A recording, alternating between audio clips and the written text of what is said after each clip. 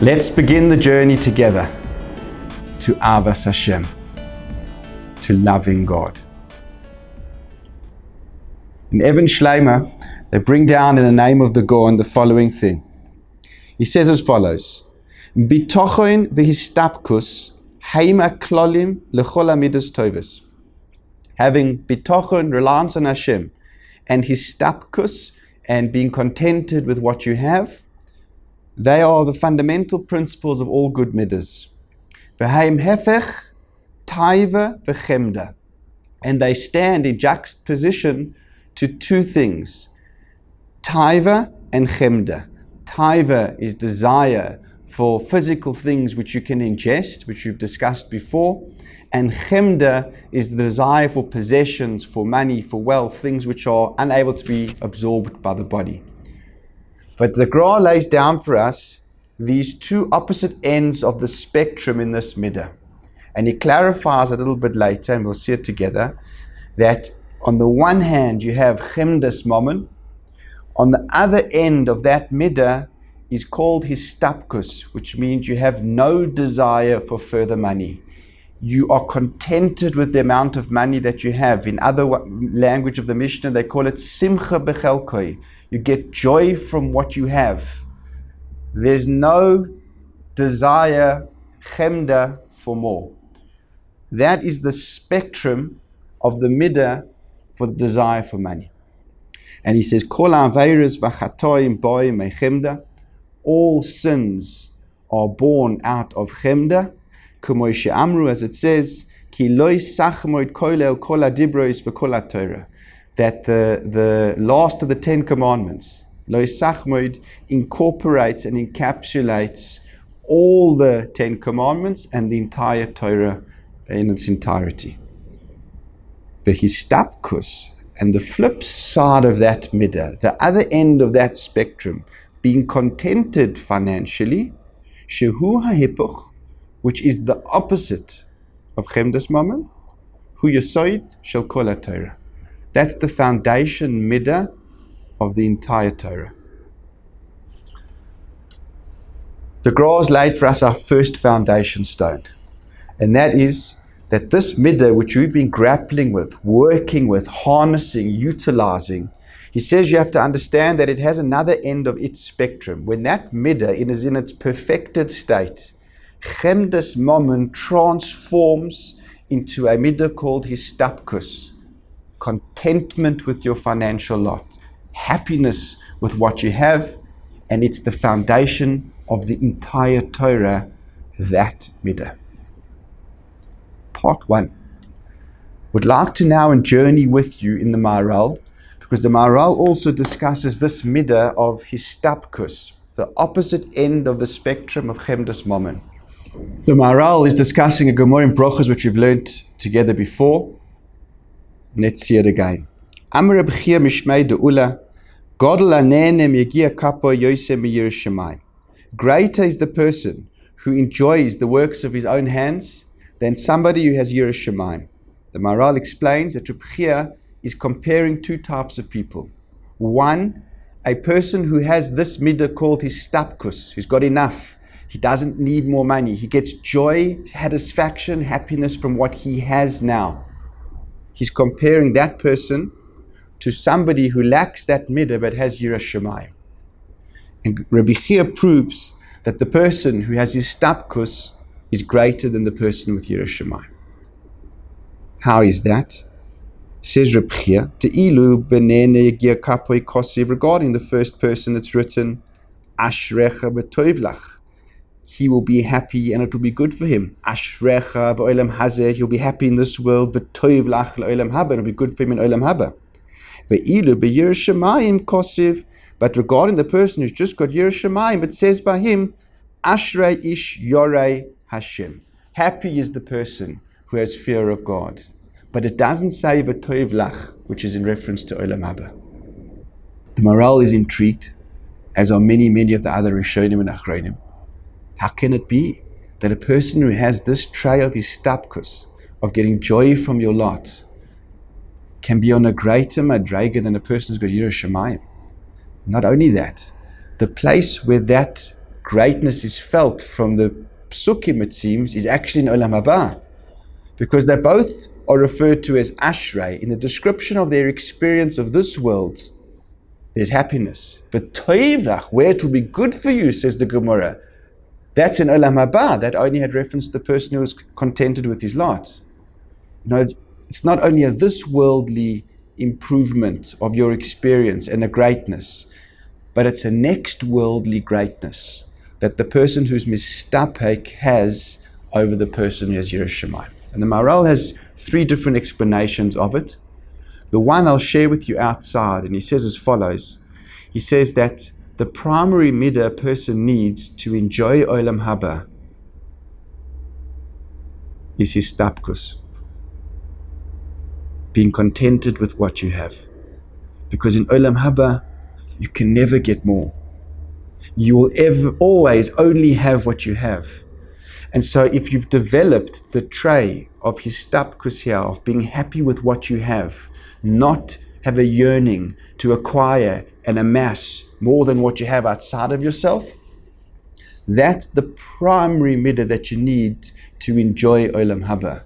And that's why, says the Maharal, it says about that person, Toiv lach la'olam haba. For him it will be especially good in Olam Haba, because he's developed the spiritual tray which is required to enjoy that world. You can have all the Yiras Shamayim in the world, but if you feel a sense of lacking, always feel a need to be going outside of yourself, looking for things, possessions, wealth, which you don't have, you will take that with you into the next world, and no matter what you have there, you will always be feeling a sense of lacking. And you'll feel that sense of lacking forever. Incredible explanation. I want to focus on for today's shir is the Maharal's 3rd explanation of this Gemara. And he says as follows. V'davar zeh or yoter amok. This Gemara is actually much deeper than I've just explained to you now. V'yesh lecha ledas, and you need to know, ki hanene miyagia kapoi, someone who gets pleasure from the works of his hands, which he calls his stapkus in all the other places here, same as the gra, the opposite end of the spectrum of Chemdas Mamon. If you reach this tray of being contented financially, Efshar shelo yagia gamkein la'avas Hashem. It's impossible that you won't simultaneously come to Ahavas Hashem. Wow!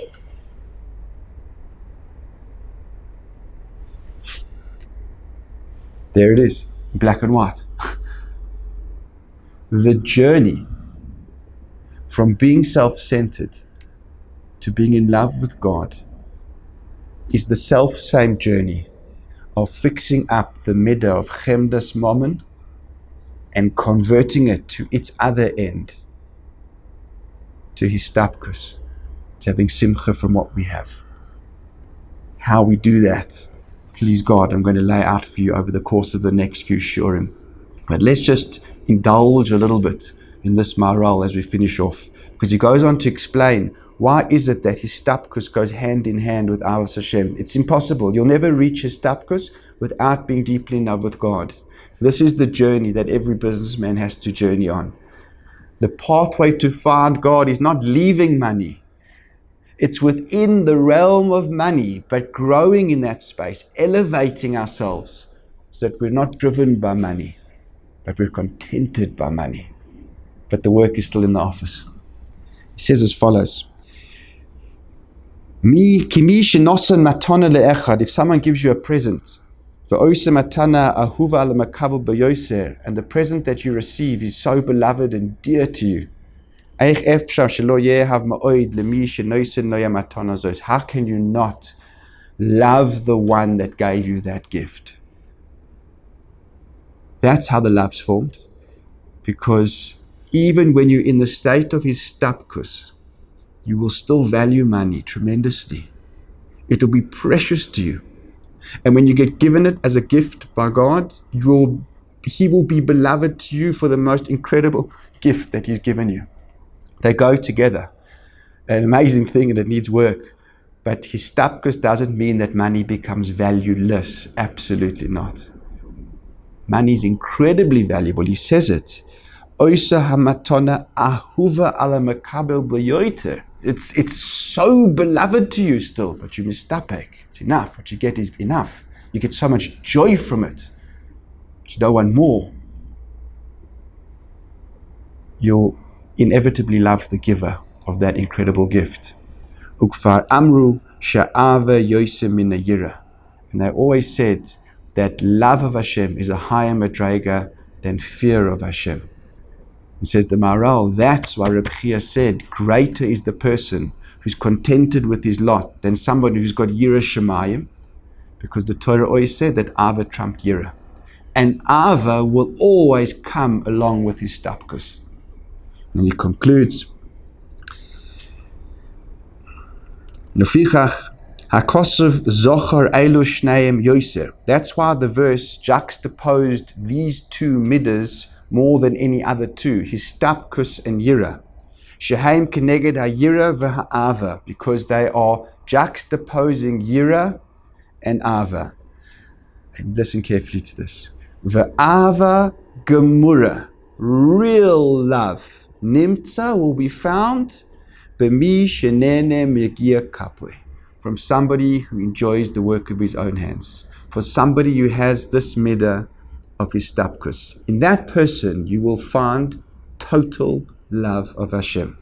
V'azeh amar godel hanene megia kapwe lefi sheyesh lo midas ha'ava min yira shemayim she'eino rak midas ha'yira v'ayin beperik ben zoma. That's why Reb Chia said, greater is the person who gets pleasure from the work of his own hands, because he's got the midah of ava, more than the person who's got yira shemayim, because he has yira but he lacks ava. Absolutely incredible. Let's summarize. The Gra said that the Yesod of Kol HaTorah Kula is bent on the foundation of this midah. All the Aveiras grow out of Chemdas Mamon being one of those. And when you develop Chemdas Mamon to its state of perfection called his stapkus, it's the foundation of all the Torah. But it's the journey from Chemda to his stapkus which transforms the Jew. And the Maharal says, in that self-same journey, in the development of Chemdas Mamon to his stapkus, in that journey you will find Ahavas Hashem. So much so that he says, Ava Gemura, real love for Hashem, you will find in a person who has his stapkus. The task is clear. We need to develop this tray of Chemdas Mamon. How do we do that? As an introduction to the next year, I'd like you to imagine Chemdas Mamon. It's a midah. It has no seichel. It's wild. It's going out there to get what it wants. It wants money. Imagine it like a wild lion out in the jungle. How would you take that lion and turn it into a circus lion that could do tricks for you in front of a crowd without any bars or cages around?